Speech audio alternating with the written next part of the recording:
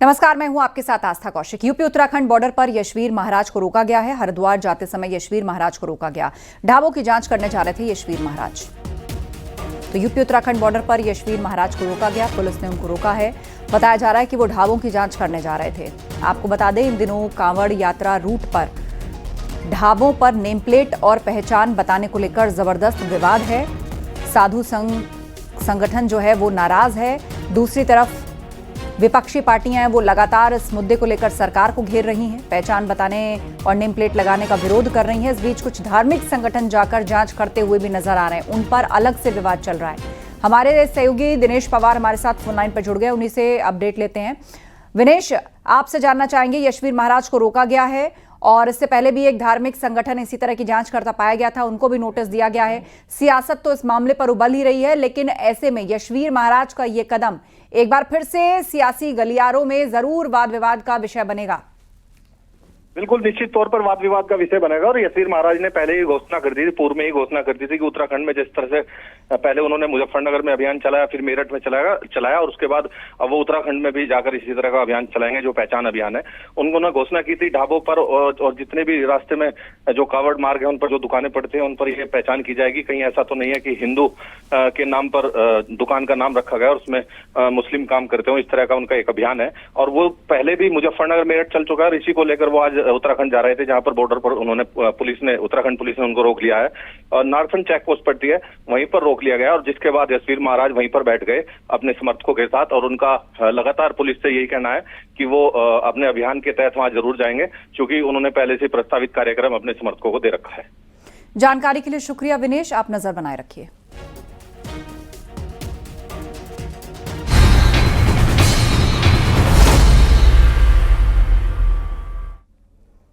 और खबर मुजफ्फरनगर से आ रही है। मुजफ्फरनगर में जिस पंडित जी वैष्णव ढाबा के मामले में बवाल मचा था, अब उसे बंद कर दिया गया है। दावा किया गया है कि 28 जून को हुई घटना के बाद वहां लोगों ने आना ही बंद कर दिया था और आरोप लगा था कि 28 जून को पंडित जी वैष्णव ढाबा पर काम करने वाले कर्मचारी की पैंट उतरवाकर उसका धर्म पता करने की कोशिश की गई थी।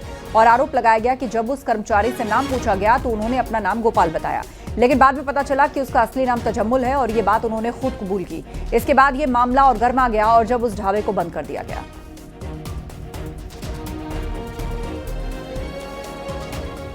हमारे 5 लोगों का स्टाफ है, 1000-1500 रुपए का राशन हम खा लेते हैं। हमारी कोई दुकानदारी नहीं हो पाएगी, लेबर हमारी खर्चा नहीं निकल पाएगा।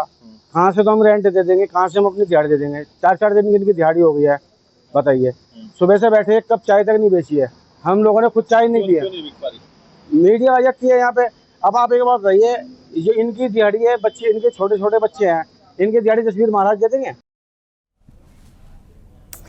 कांवड़ रूट पर पहचान अभियान को लेकर बीजेपी सांसद भोला सिंह ने समाजवादी पार्टी पर जमकर हमला बोला। उन्होंने कहा कि मुसलमानों के रोजे रखने पर किसी को कोई आपत्ति नहीं होती, तो कांवड़ पर पहचान को लेकर इतनी आपत्ति क्यों है? कांवड़ियों को अधिकार है कि वो पवित्र और शुद्ध जगहों से खाना खाएं।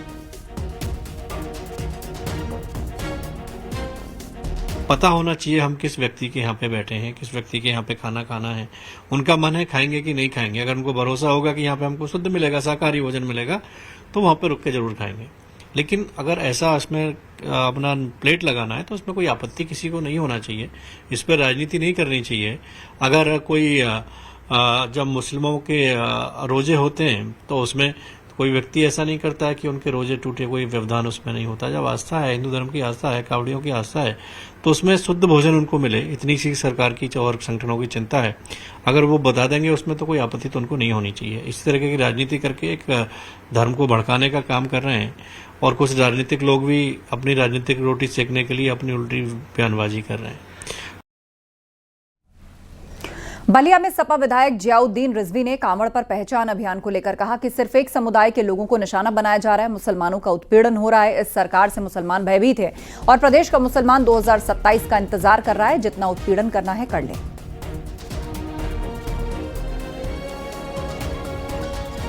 मुसलमान तो भयभीत है इस सरकार से और वो मन बना चुका है कि इस सरकार में हमको न्याय नहीं मिलने वाला। जितना उत्पीड़न करना चाहें जोगी जी कर लें, वो इंतजार कर रहा है 2027 को अखिलेश जी का। उसके बाद हम जो करना वो करेंगे, उनको न्याय मिलेगा। क्यों एक ही बिरादरी के, एक ही समुदाय को निशाना क्यों बनाया जा रहा है? क्या अवैध मदरसे ही खाली हैं और कुछ अवैध नहीं इनको दिखाई दे रहा है? केवल माइनॉरिटी के ही एमएलए इनको अपराधी दिखाई देते हैं। इनकी 1000 की लिस्ट है, जोगी जी के बिरादरी के लोगों को क्यों नहीं आज तक कार्रवाई? कांवड़ रूट पर पहचान को लेकर मौलाना इसहाक गोरा ने सवाल उठाए। उन्होंने कहा कि पहचान चेक करने की कोई जरूरत नहीं, आगे भी त्योहारों में ऐसा ही किया जाएगा क्या? हर त्योहार पर सियासत नहीं होनी चाहिए।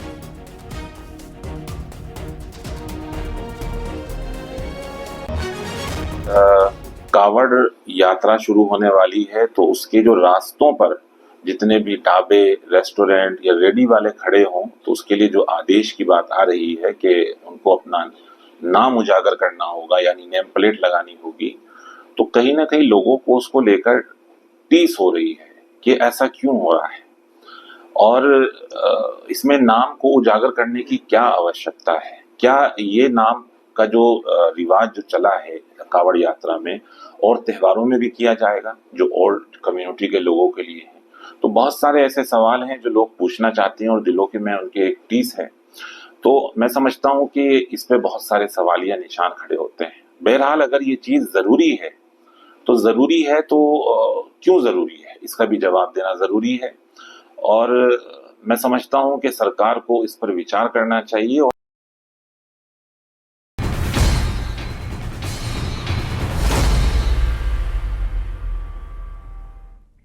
कांवड़ यात्रा के दौरान कांवड़ मार्ग के होटल्स पर नाम लिखने और नॉनवेज ना बेचने के फैसले का मुस्लिम समाज के लोगों ने स्वागत किया। संभल के मुस्लिम समाज के मुस्लिम होटल मालिकों ने 1 महीने होटल बंद रखने का फैसला किया है। साथ ही 1 महीने मीट न मिलने की बात कहते हुए शाही पनीर, दाल, सब्जी बेचने की बात कही है। नाम, हाँ बिल्कुल बढ़िया फैसला है, नाम लिखाया जाना है, बढ़िया फैसला, एकदम बढ़िया। अच्छा, क्या लगता है इससे क्या नफा नुकसान होने वाला है? आपको आदमी को मालूम पड़ जाएगा क्या नाम लिखा हुआ है, उस हिसाब से आदमी रुकेगा। अच्छा, अपना क्या नाम है आपकी फर्म का? मेरे जय बोले बाबा ढाबा। जी सर, इसमें छोले पनीर बनाए जाते हैं, मटर पनीर, दाल मखनी, ये सब शाकाहारी सब्जी बनती हैं और रोटी बनती है। ऊपर से ही हमें वो मांस नहीं मिलता है, होटल वो मांस बंद रहता है बिल्कुल। इसमें तैयारी क्या है, सरकार के साथ हैं हम, जो ऊपर से आदेश होते हैं 1 महीने के लिए होटल बंद कर दिया जाता है। हम भी घर में बैठे खाते हैं, थोड़ा घूम फिर लेते हैं, थोड़ा सा बहाने और क्या है। हाँ, आमदनी बंद हो जाती है। आमदनी बंद हो जाती है। ये सही फैसला है, होना चाहिए नाम। यहाँ से कांवड़ यात्री निकलते हैं? हाँ, कांवड़ यात्री निकलते हैं रोड से। यहाँ पास में मंदिर है धींगर वाली, वहाँ जाती है।